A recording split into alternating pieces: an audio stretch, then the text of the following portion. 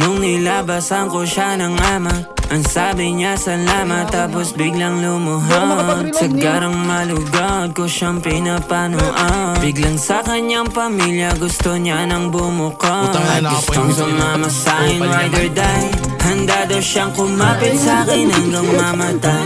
Ang sipag niyang kumilos kahit ang mata pungay. Yeah, lumalabas kanyang galing pag di sinasaway. I can stay with you kung puro ka-artihan. Don't get me wrong, aking naintindihan.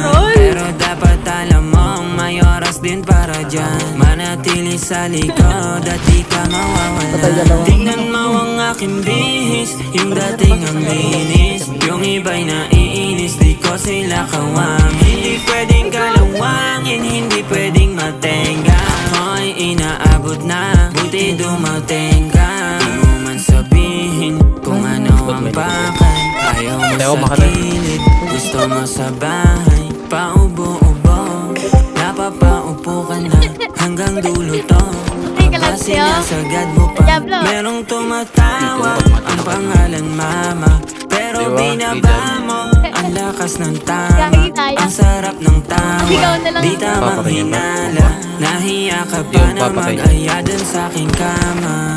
Papatulan na kita, wag masyadong makulit. Ako'y iyong pinipilit na wag maging mabait. Dama ko ang iyong gigil sa iyong kada kalabit. Pero ang ating pag-ibig may amat na kalakip. Ika'y parang manika, halata sa kilos na ika'y taga Manila. Tsaka halatang gusto mo rin kunwari pang pihikan. Hoy kusa kang sumama, kunwari pang napilitan. Boy pa ako ha, boy pa ako ha.